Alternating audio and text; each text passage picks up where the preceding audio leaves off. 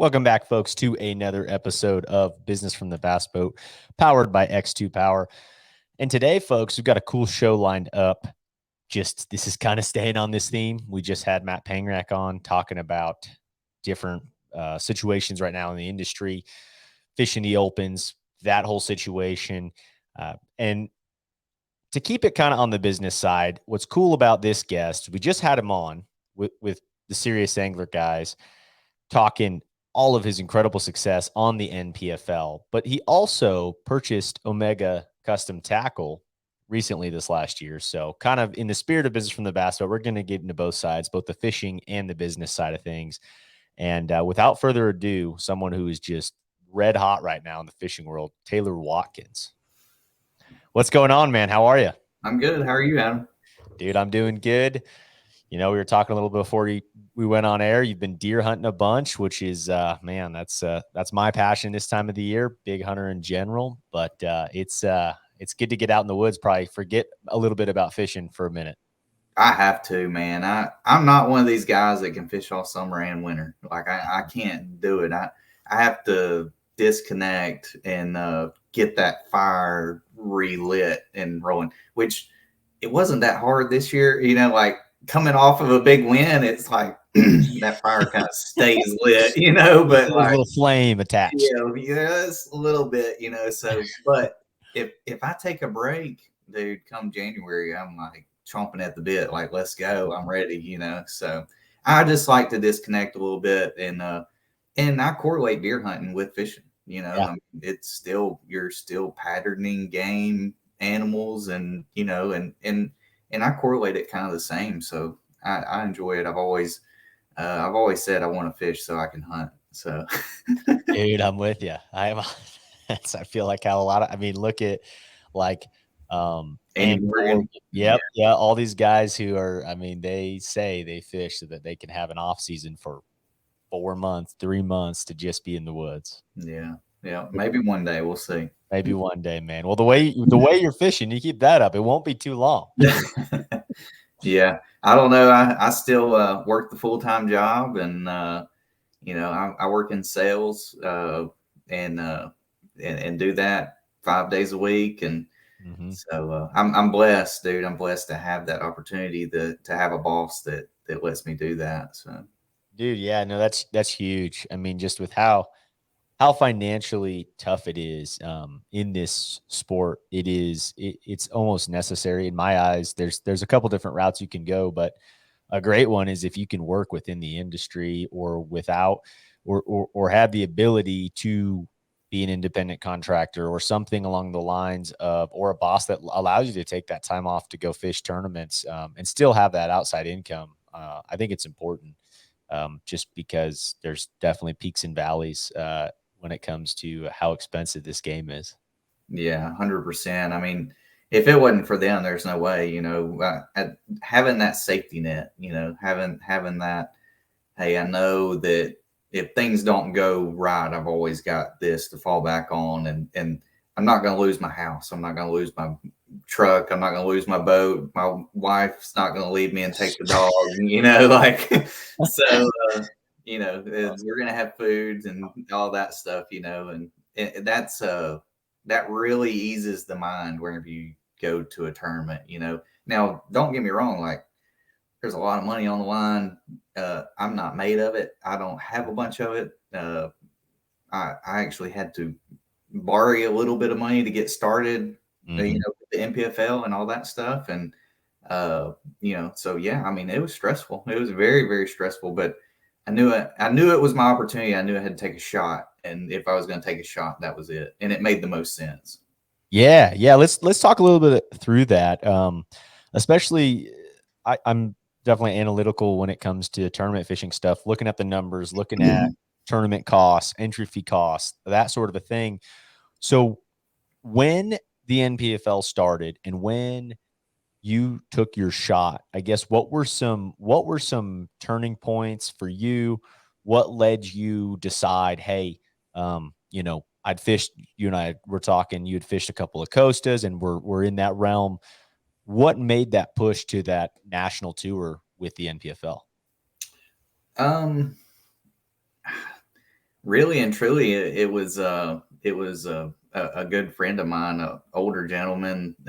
He's in his late 60s, and we fished together and everything, and we had done really well together. You know, like where we partnered up, I kind of, I wouldn't say peaked. I hope I haven't peaked, but you know, like I was growing as an angler quickly Okay. during Okay. this time, and he saw my progress, you know, very quickly. And we were fishing together whenever I started fishing coastas. And there is something to be said about going and spend a week on the water. Like if you go spend a whole week on the water, there's so much that you learn, and there you see all of the little changes and small subtleties, and you can follow it from day to day to day.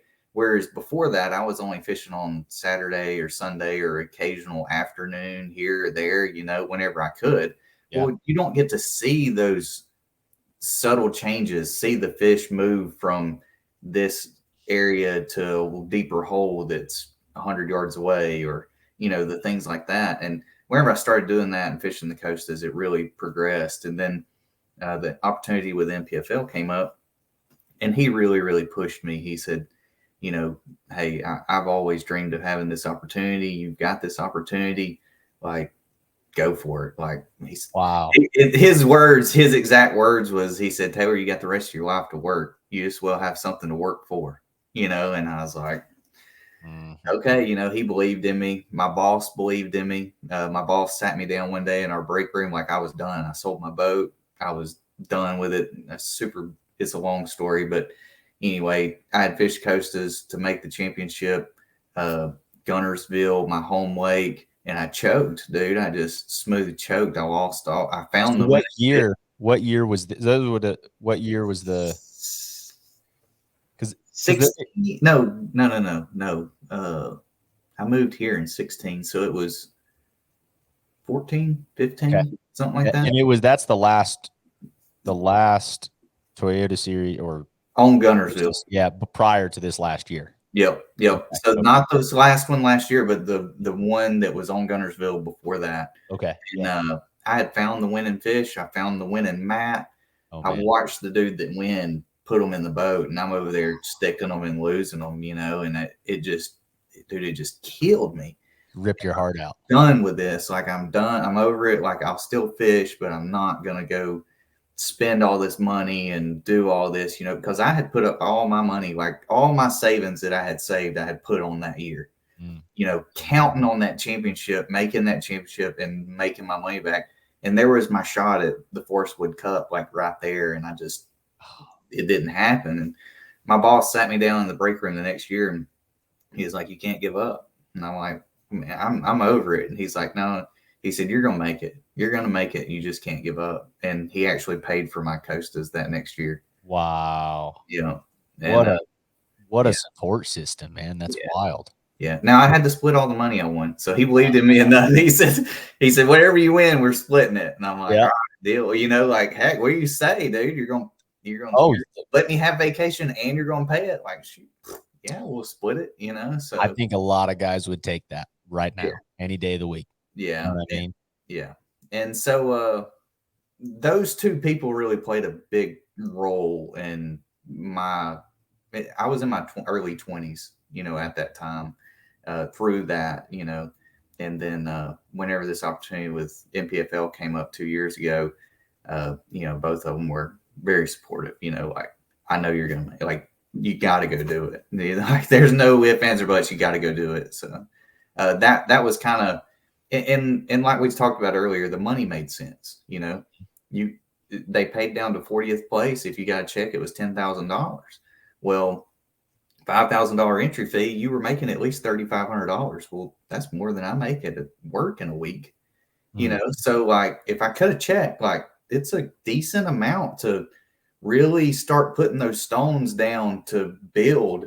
And that's exactly what happened. I cut a check at every event, and then ended up winning the last event, and really put a exclamation on the end of the year. And man, we were ready for year two. So, Dude, that is awesome.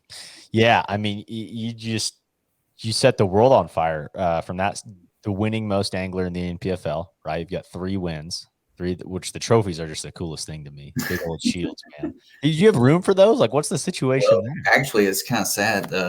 There's one right there, and then Is that on the floor? yeah. Yeah, So dude, you can't have a trophy on the floor. Come dude, on. my wife like started Christmas decorations, and she's like, "These things have got to go somewhere else." And I'm like, "What do you say, dude?" Like she lets me go fishing, and Yeah, it's like true. she takes. I'm like, "Yeah, whatever. Like they're cool. It's good. We'll figure something out."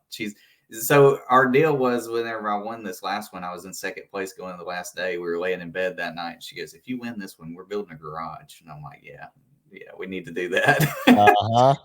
So I'll maybe here in about 6 or 8 months or so, I'll have a place to put them. There you go. Have a shop with all of them in there. That'd look Yeah. nice. Yeah. Man, I would have just said maybe to tell her to put the Christmas lights on top of them. I think they'd look nice. We may work on something, but That's a compromise. Yeah. yeah. Awesome, man. Well, I mean, so we're going off of the second year in the NpfL. So the closing event, you win the closing event, your third win. Like you said in the beginning there, borrowing money for entry fees and stuff like that. To this point now, like you've built a solid base income from winnings. Like we're not talking sponsor dollars. This is straight money from tournaments. That's an incredible thing to do in any league. But again, from my perspective, the way I have classified things always from a pro, AAA level, everything like that, I've always viewed it as like if you're paying an entry fee that's $5,000 or more, that is the pro level in my eyes, just because it's a good way to categorize things. And then the Opens and the Toyota Series, I've always viewed as AAA because it's $22,000 entry fee, 2,500 something in there. So you've made a substantial amount of money on these entry fees, and the NpfL pays a little deeper, but their top payout's only 50,000 too. So to see that number, your career earnings in the last 2 years, you've got to be the top, right, at the NpfL over the last 2 years. I don't know, because Suka won 2 in a row.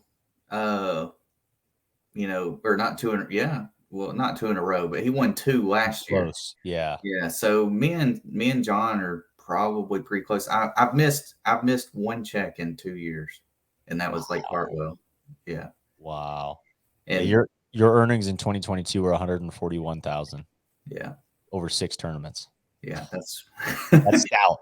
Yeah, and I missed one check, so I didn't get a check at all at Hartwell. So wow. Yeah. Wow. Man, dude. Well, that's fantastic. And I want to get into your thoughts. I know on the last show with Bailey, I listened to that one and just really broke down your tournament win to close out the year. But you and I were talking a little beforehand too, just 2023 is going to look different for you.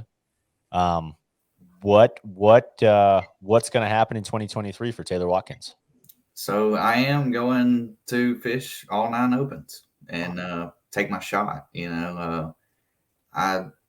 it is not an easy decision at all. I mean, we just talked about the last 2 years. $141,000 this year in winnings. I don't know. I mean, sometimes I lay down at night and wonder if I'm doing the right thing or not. But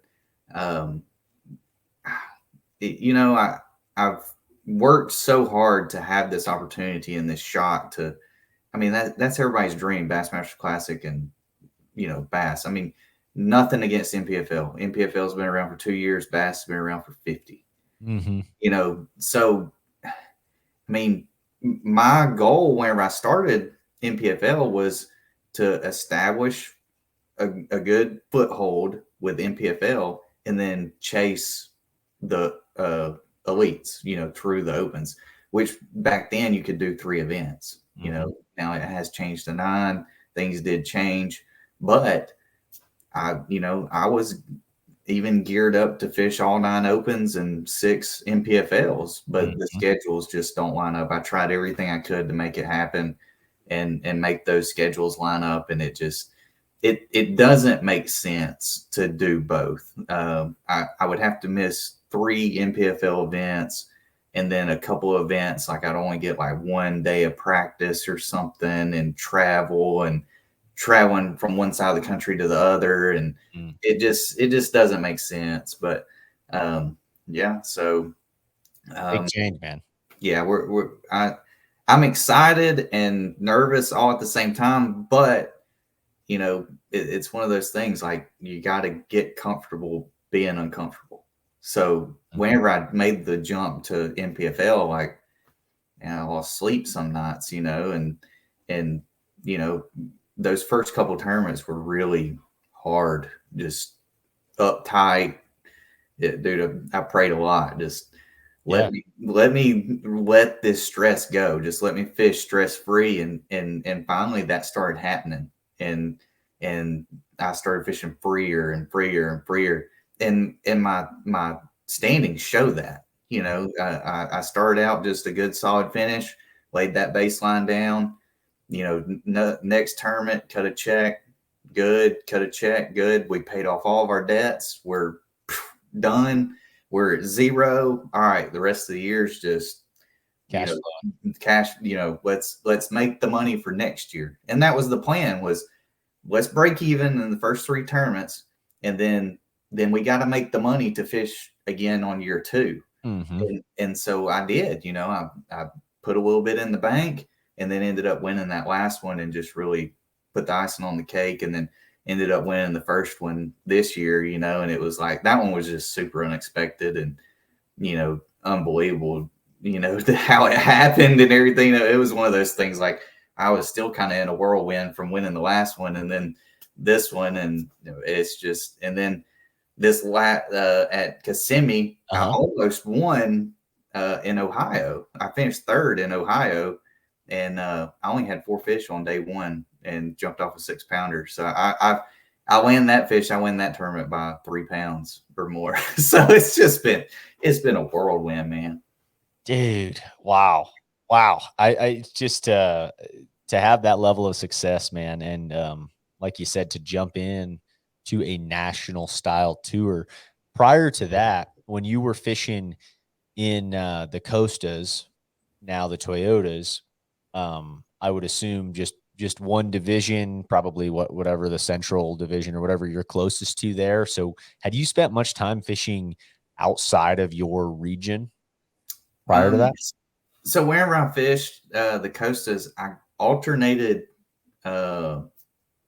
divisions. Okay. So I did the Southern division, and then I did the Centrals. Okay. Southern is like Florida, South Carolina, Alabama, Tennessee, Georgia, something like that. Central is like Kentucky, Missouri, Arkansas, out the plains, the plains kind of area. And so I did one Southern, I did a Central, I did a Southern, I did a Central, and just to help, and move things around and learn. But as far as going up north, I have not. I fished Winnebago last year with NpfL, and then we went to Saginaw and Ohio, Sandusky this year. So that was my first, experiences up north. I mean, Winnebago was a smallmouth kind of deal. Well, semi, sort of, kind of. Sure. Not really, but sort of. And then Saginaw, like I went there all prepared to catch smallmouth. I spent like the first day practicing for smallmouth. I'm like, whoa, this ain't working. I'm like, and you'd heard all these things like catch 100 a day, largemouth. Like that sounds a lot more fun than what I'm doing right now. Yeah. So I went to the bank and just started smashing all. I'm like, yeah, this is my kind of deal here, So, but Sandusky, I just got out there, and man, I really just started fishing it like the Tennessee River. Like I started graphing and idling and looking for boulders and looking for hard spots and just different kinds of rock and transitions and stuff like that. And I actually found the winning spot on Lake Erie. And it just, I screwed it up. I didn't know how to fight smallmouth correctly until day 2. So the learning experience. But yeah, we learned quickly and we capitalized the rest of the week. So I caught my personal best every single day at Sandusky smallmouth. Wow. Every day it went up. My last one was a 6.2. Let's go. Yeah, it was sweet. Dude, that's awesome. That is, I will say, one negative to that you're not fishing the NpfL in 2023. I feel like they have a fantastic schedule.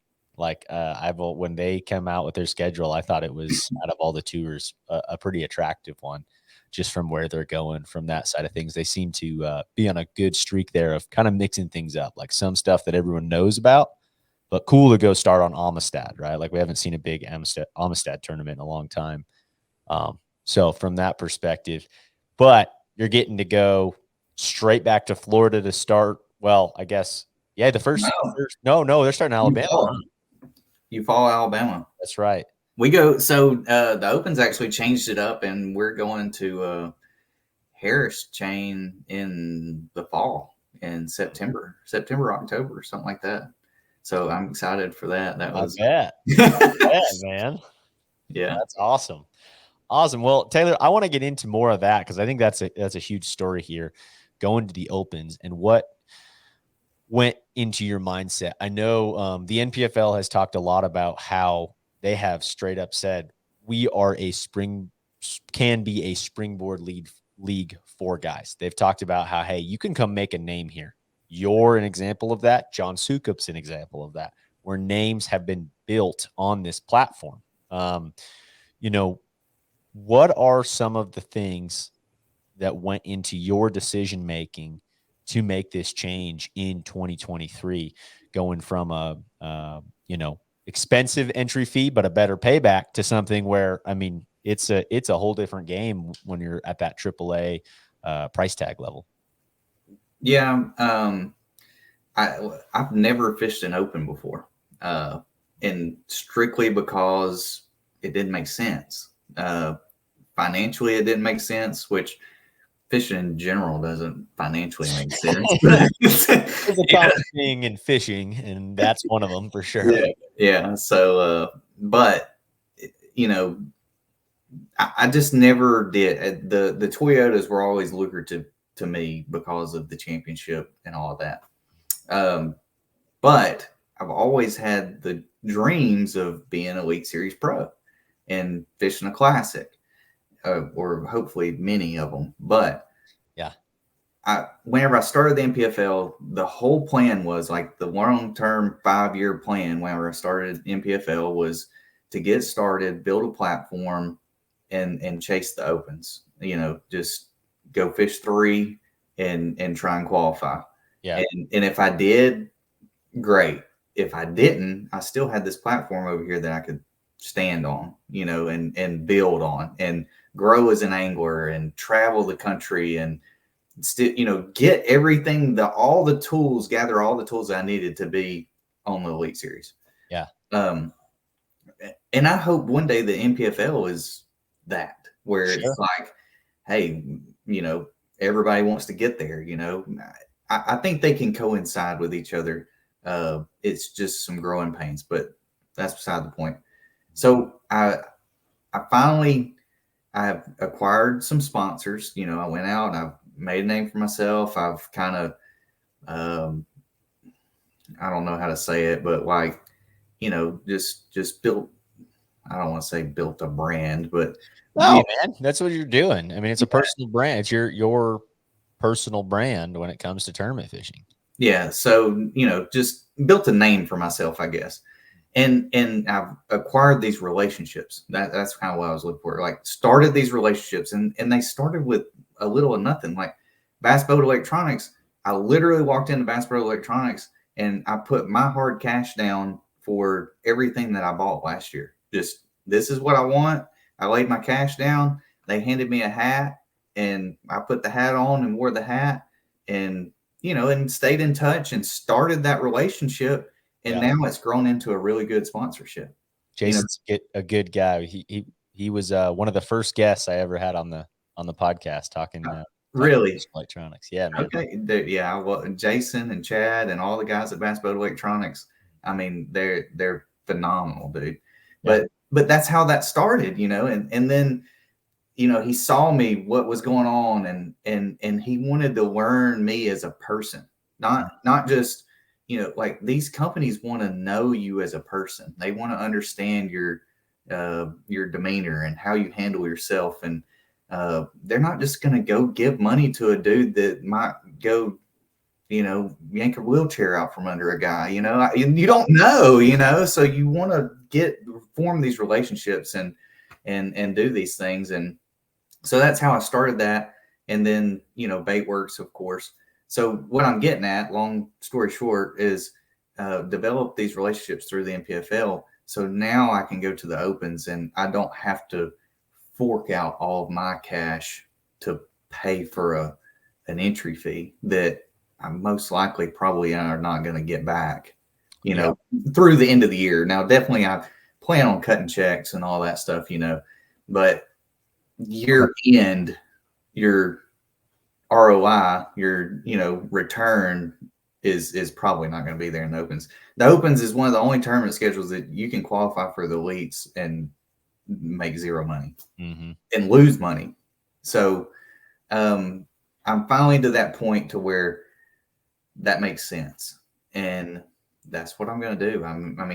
I've thought about it, and we're going to go for it. I'm going to go for it and see how it goes. If it doesn't go well, like, I still have this good relationship with Brad and Paul and Al at the NpfL, and they've all said, hey, we'll be happy to have you, and hopefully I can make the elites, and then their schedules will coincide and I can do both. Yeah. That would be the icing on the cake, but no doubt.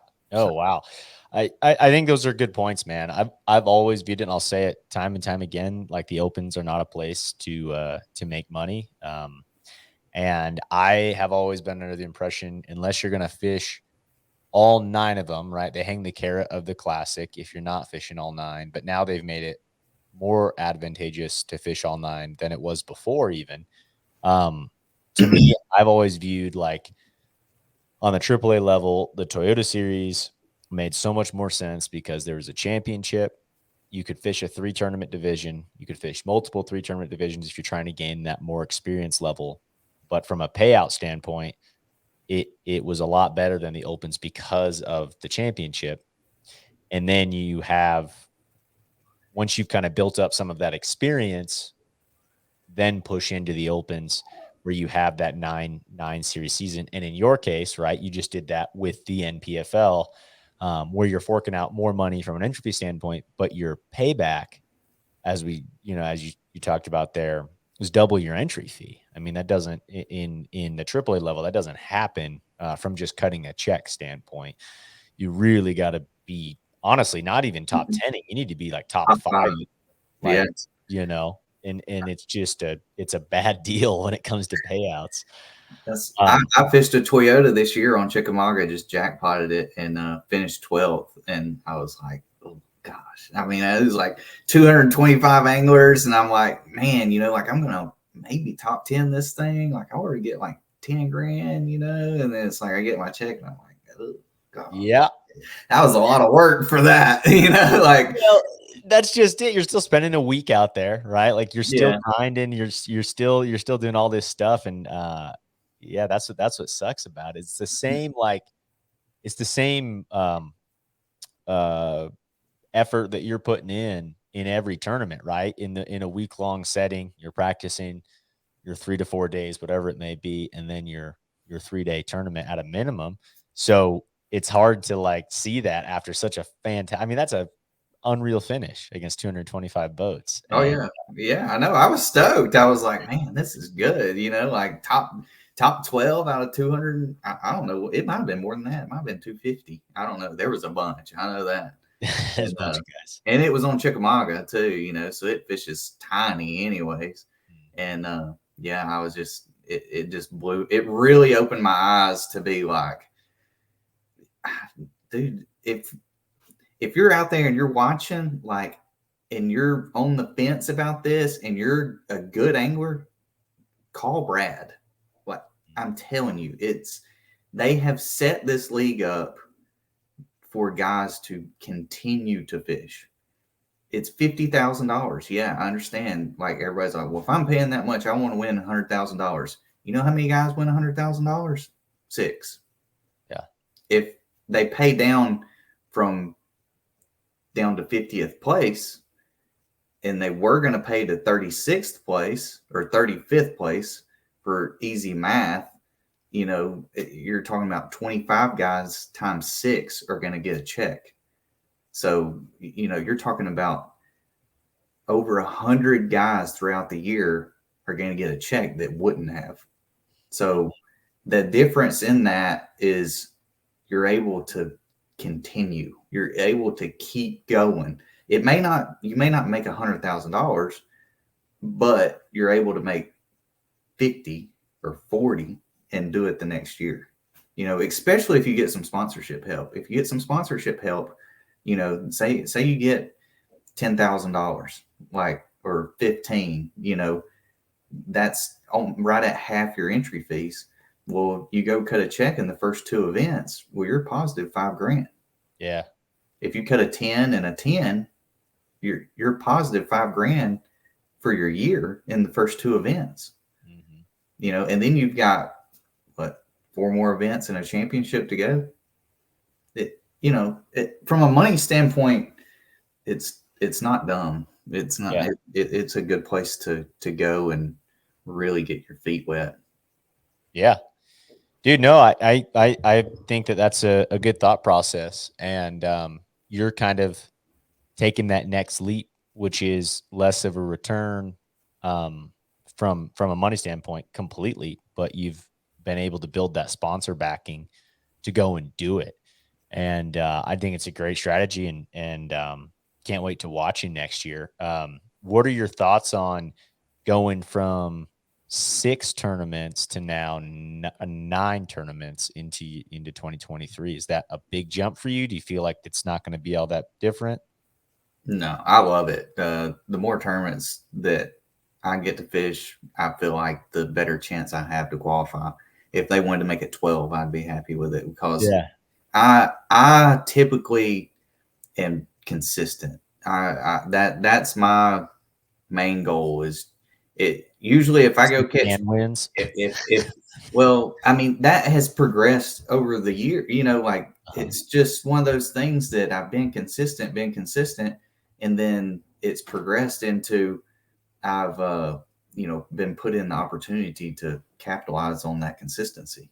You know, and I've been able to capitalize on it. Just luckily, you know, it's not anything special. It's just putting yourself in the position. And just like this last tournament, y'all go back and listen to the last podcast with Serious Angler. Hold on. I talked about it, and on day 2, I'm sitting on 10 pounds at 2 o'clock, and I got to weigh in at 4. And I made a last minute decision and went and called up twice with a 5-pounder and a 4-pounder, and it essentially won the tournament for me. Whereas in years past, I probably would have been spun out by then.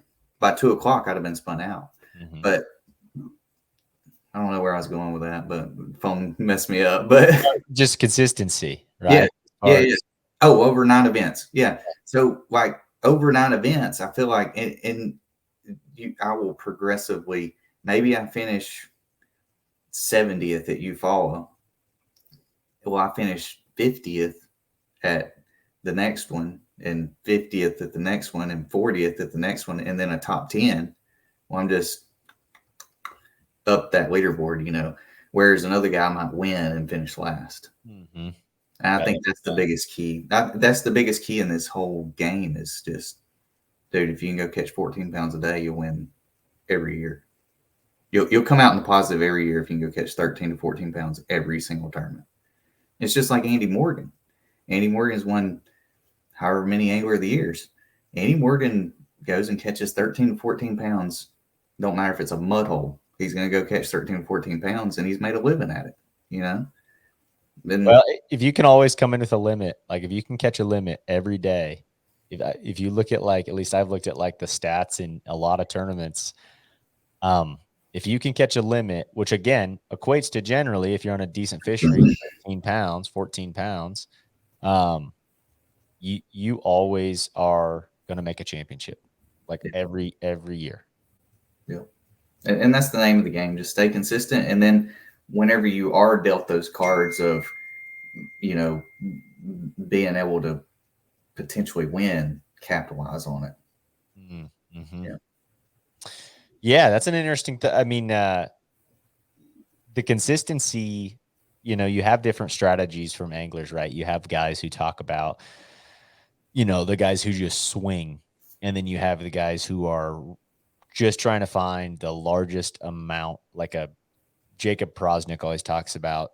I'm not looking for big ones. Like, if that big ones are great, but I'm looking for where I can go catch 50 of them in a row, and I know I'm going to stumble across a big one.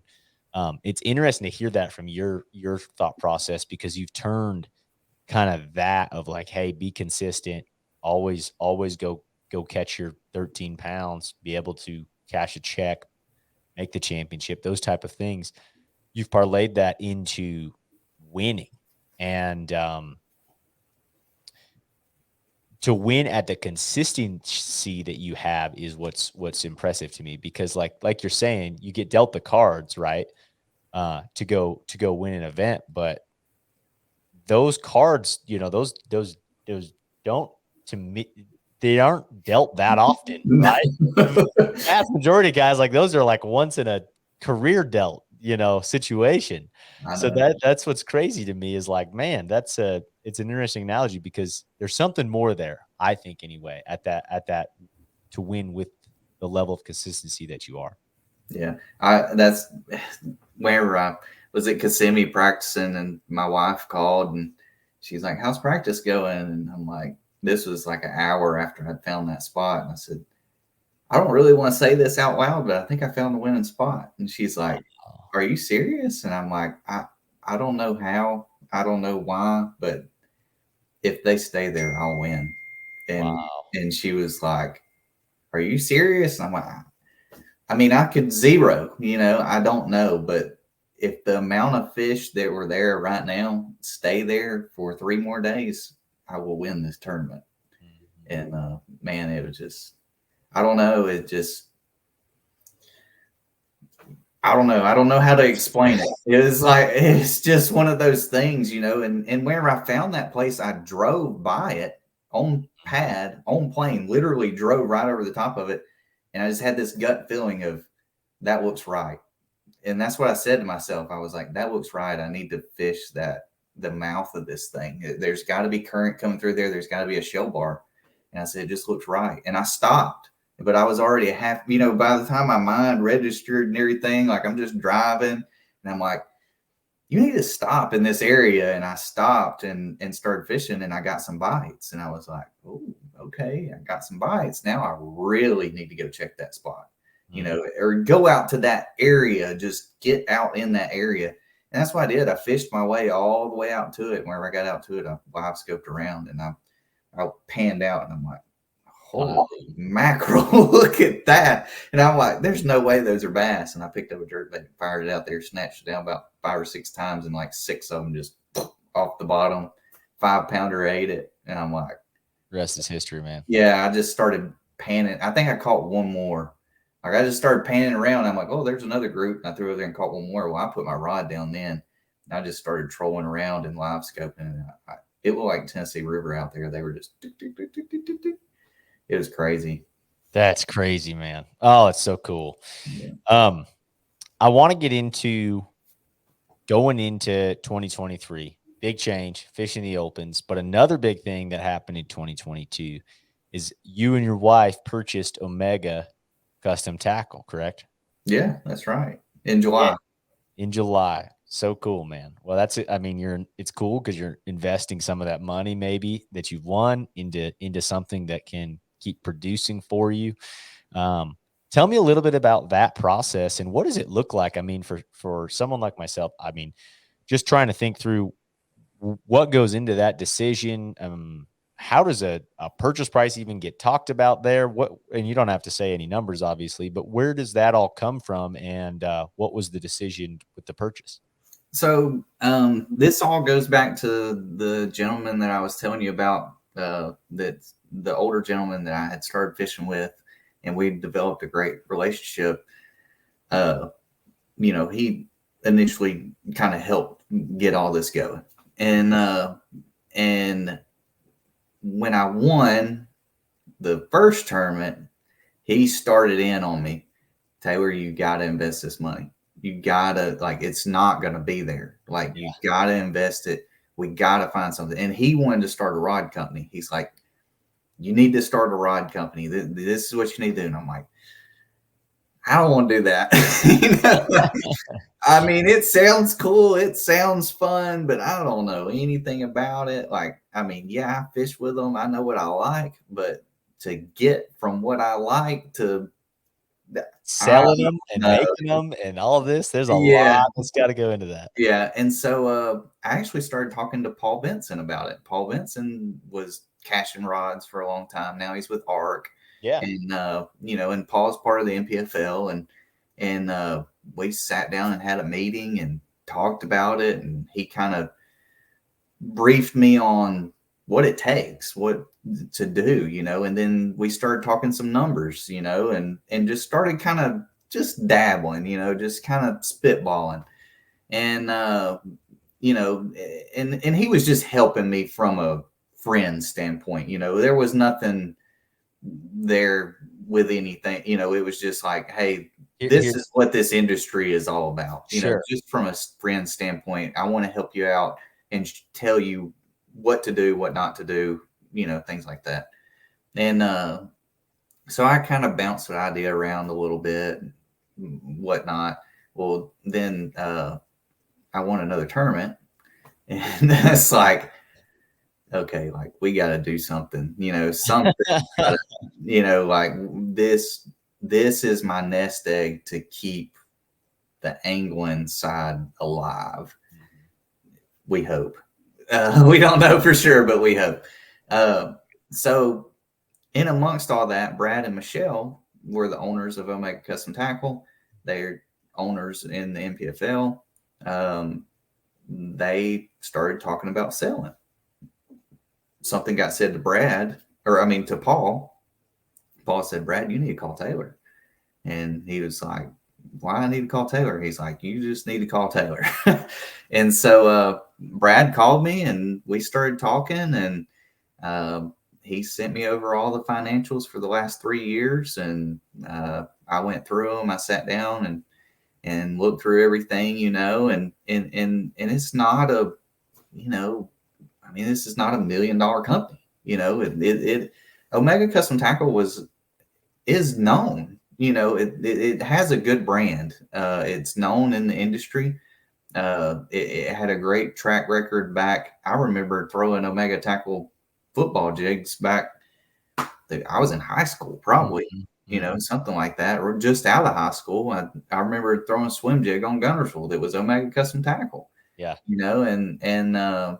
So Brad and Michelle had done a great job with laying the foundation. They had all the Shopify store was all set up. The website was set up. The inventory was there. They had the inventory stocked. They had all the books in line and squared away. Had some good people that were helping behind the scenes and stuff.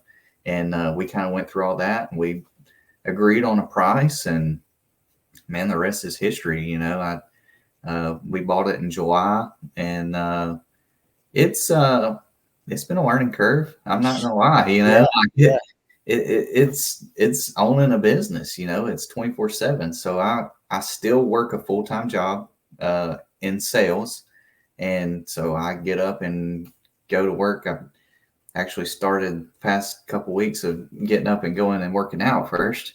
Just get ready for the opens and stuff, and so man, it's some long days, just go work full-time job and then come home and sit down on the computer, work on Omega. I try to work on it on my lunch break, and it's a lot, but I'm hoping that what this is going to progress into is Omega Custom Tackle is going to be my title sponsor one day. And then that way that rug can never be jerked out from under my feet. And that's always been a worry of mine of, it doesn't matter how good of a relationship you have with sponsors, things happen, that are out of their control, out of your control. And I mean, it is what it is. It's business, you never know. And so I want to be in control of my own destiny and have Omega to where, and I'm not going to, like, I don't plan to pay myself whatever out of it. Like, I want Omega to help me stay stable, and I want to help other anglers too. Like, I'm actually helping guys this year, and I'm not taking a dime. Now I am hoping that those guys are going to help promote, and I'm going to promote as well. Sure. But I'm actually helping these guys before I help myself. Like, I could definitely just take that and pay my entry fees and be done with it, Yeah. the heck with everybody else, but I don't want to be like that. I don't want to do that. I want to involve these other people. I've got some great guys. We sponsor Zach Burge. Me and Zach are really good friends. Actually, I went and had dinner with Zach before I ever bought Omega and was like, hey, this is what I'm thinking about doing. What do you think? Because I know Zach's just straight up dude. He's going to be like, you're an idiot, like, yeah. Or he's going to be like, dude, I think that's a really good idea. He's not going to beat around the bush about it. So I had that conversation with him and I wanted to ask him if he was going to stay, and stay with us and everything, if I purchased it. And, of course he was, all in. Hey, I'm here. If you need anything, I'll help any way I can. This is a way off the side note, but Zach actually helped me get going in the Costas. He was actually the first person. So Zach paid my first entry fees for the Costas that I ever fished with. He had a company called Bass Militia, and it was an apparel company that he was starting. And so is that now Foul Militia? Yeah, kind of. Yeah, pretty much. Okay. So this was back 2012, I think is when it was, something like that. And so I owe a lot to Zach. He's a stand-up dude and helped me get started, helped me, to take that first jump as well into the Costas. And so kind of come full circle now. I'm sponsoring Zach. So that's really cool, man. Yeah. So it's a wild, you never know, man. Like, you never know what's going to happen in 5 to 10 years, and just develop those relationships and mend those relationships. But with Omega, I want to help other anglers. I want to, if there is a kid out there 21, 22 years old, that has aspirations to go for this, one day I want to be able to help them. Yeah. And help them get there. It may not be a full ride, but like, I want to be able to, hey, I'll pay for 3 tournaments, or whatever that may be. So it's exciting, man. It's a tough time to be owning a business right now, or be started. It's not really a startup, but it is established company, but to be trying to grow a business, I guess. And it's a very challenging time, but I'm still trying to learn things, and I haven't just went full bore. Like, I didn't want to overload everything and then everybody get all pissed off and mad. So we've changed some things around. We've moved where production is. I've moved it here to Tennessee. It's with a great group down here about 45 minutes from my house. Big Daddy Bates, Brian Hatfield fishes with us at NpfL. I may have never met Brian if I hadn't fished the NpfL. And they do a phenomenal job for us. I mean, order comes in, it goes out. Like, a lot of them are going out the same day. They're doing a great job for us, and very excited about that. And we're working together to help each other grow. Brian didn't have an online store, and they're getting their online store set up. I'm showing them how I do it, and then they're showing me how they do things with dealers. And so it's just exciting, and it's fun. It's challenging. It's a challenge every day. I mean, me and my wife have sat in here in this bedroom on this computer nights till 11, 12 o'clock at night, just ready to pinch each other's heads off. But Yeah. but Yeah. it's a group effort, and I'm excited. I'm excited to see where it goes and what happens. And I like doing the fun stuff. I like doing the selling. I like doing the new baits, the new designs, all that stuff. And Noel kind of helps with the bookkeeping and keeping me straight. So Sure. Sure. Sounds like a fun ride so far, man. And your comment just on bringing stuff under your own terms too. It's been a reoccurring theme. I've had a lot of shows here lately talking about kind of the looming recession and everything going into 2023. Marketing budgets coming down from sponsors, and you're right in it right now with the business. And um, Pete Glusick had him on with the Bass U, talking the Bass U and how that all started. And it was 2008. He got 90% of his sponsor stuff cut in a 2-week span. He got phone call after phone call talking about it. And he said, I want to take some of this and put it in my own hands, because you never know. yeah, Like you said, stuff's out of your control. I mean, new ownership comes in to a company and you get cut for no reason. You could have been perfect, doing everything exactly right, providing all this stuff for the company, and things change, right? So I don't know. That's a message I've always been trying to more take that approach. In my own journey of fishing right now, I've fished a Toyota Series as a boater, and I'm in the situation right now, kind of debating whether to go on the West or the Centrals again. And it's like spending all this money traveling. I'm in Colorado, which does not make for an easy drive anywhere, which is just fantastic. But like some of that has been more of my mindset lately. Is like, all right, maybe take a step back on some of this stuff and build out some of these things on my end to be able to not necessarily rely on everything else. I mean, still have that ability to have sponsors. The podcast does a great job with that, yeah, but also have some of my own things, because I think that that's an important thing. Just in my head anyway, I have a hard time when money is tight and stuff. It's hard for me to really focus on fishing. I think that when you're calm, cool, and collected, like not worried about some things from that perspective, I fish better anyway when I'm not, yeah. tight and worried. And before we bought Omega, I had thrown around the idea about doing real estate and stuff like Mhm. that. Me and my wife. I mean, I don't know. Not many people know this, but my first year to fish NpfL, we lived in a Lance camper in the parking lot at my work and rented our house out Airbnb. Dude, yeah. We would have enough money. Speaking my language, man. The big Airbnb stuff's cool to me.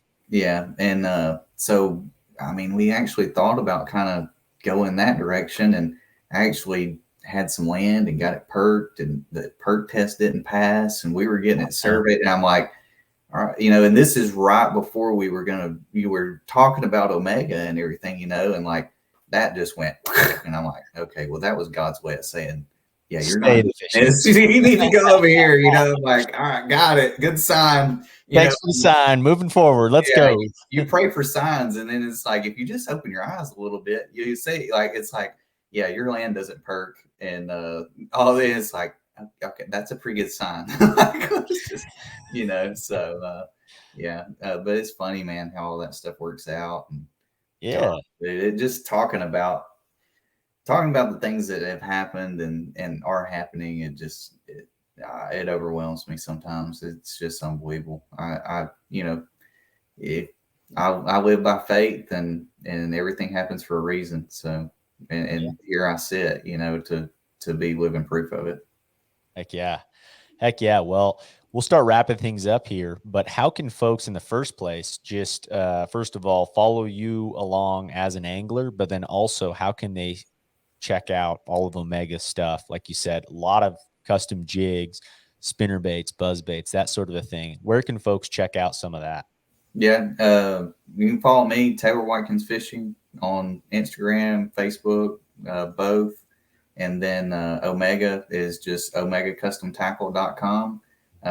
go follow us. I mean, go check out the website, go follow us on Instagram. That helps a lot, just stay connected. That's the thing, is just, we're going to have new things coming out, and you'll be the first to see it if you're following along. So follow along with me, follow along with Omega Custom Tackle. I just got a bunch of new apparel. We got AFCO apparel.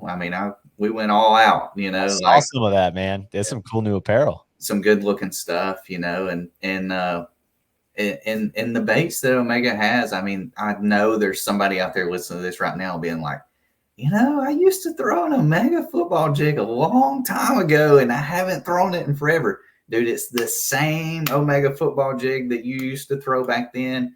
Still got that awesome hook in it. Still got that awesome eyes on it, and everything.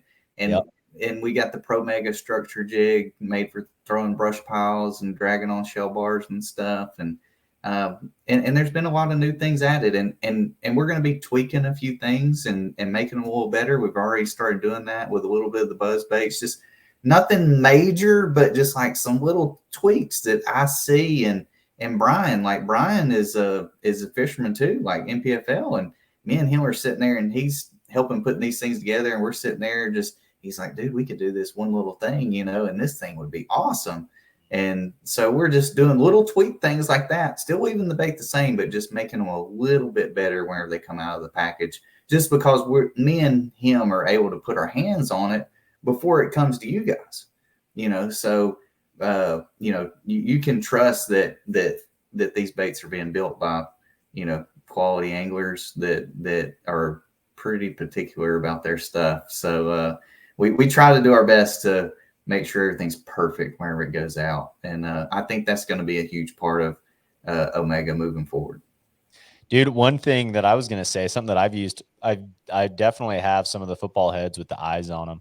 But the other thing, the mock-up jig head, your swing head deal that you can put, what I love about that, like going to that half or that 3/4 size, especially.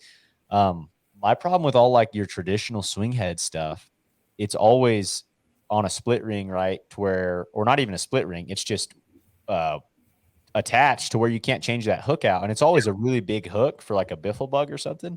And that's great for largemouth fishing. But man, I catch a ton of fish on a freaking smallmouth on a swing head. And I hate having that big hook and a big bait. I might just want a smaller profile bait with a 2-aught or a 3-aught hook. So that's something that I've utilized a ton over the years, just to be able to change that hook size and have a thin, smaller hook for smallmouth.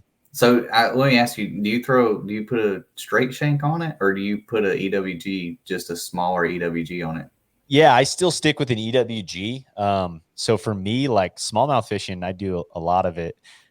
Here, like I like a thin hook for smallmouth in comparison. I'm not hitting them as hard necessarily, and we're in clear water from that perspective. But I'll stick like a 3-aught, for instance, non-heavy EWG hook, and then like a Rage Menace, right? Something like that on the back, and it can be just deadly at times. So I do the exact same thing on Norris. Like it's a really clear lake, smallmouth, wherever they start to get ready to spawn, and they get on those pea gravel banks. I do the exact same thing. I put a Menace on it. That's exactly the same thing I put on it. And so it's not just a northern type deal. Even for largemouth, the biffle bug is a lost. I don't know. There may still be a bunch of people out there that throw it, but you're dead on with, you can fit that hook with exactly. That's always been the problem, is the hookup ratio on it. Mm-hmm. It's always not been that good. Smashed, and you're like, nothing's there. Yeah. But you can change that hook out for the conditions that you're fishing, and just wind that thing. And then I've been experimenting a little bit with a straight shank hook on it, and just. Oh, how's that been? You like the straight shank better? I haven't got the ratio down yet as far as which one is better yet, but I have been playing with it. But you can go play with it yourself. Yeah, exactly. That's it literally takes like just a second. You're like, and put a new one on, or whatever you want to do, change it out. Okay, I missed 2 fish in a row. Forget that thing. Let me put this one on. you know, and you can make those adjustments really quick. So I agree. we've got some really good stuff, and I'm excited, man. I'm excited to work on some new things and see what we can do. You know, I don't know that we're going to reinvent the wheel or anything, you know, but like, I don't know. We'll see where Little, it goes. little tweaks go a long way, man. I mean, that's an extra, you know, an extra couple of bites that you get in the boat, especially on something like the opens, where it's going to be such a consistency thing. Yeah. Can make a real big difference on whether you make the Elite Series or not at the end of the day. Dude, to wrap up every show, I like to ask you already kind of went over your biggest smallmouth, but your three biggest largemouth, smallmouth, spotted bass, where you were when you caught them and what you caught them on. Biggest largemouth is 10.7. I was Stud. 18 years old off of a Gunnersville causeway, and it was the first fish I ever caught out of my buddy's boat that he won in the BFL co-angler side. He won a Ranger boat from the I don't know. I guess it was All American. Yeah, it would have been. Yeah. All American. He won a Ranger boat, and that was the first fish I ever caught out of it. And I caught it out of the back of the boat. It's a 10.7. That is awesome. Yeah, and what did that fish eat? A jig. Okay. Yeah. Well, it was an Omega jig.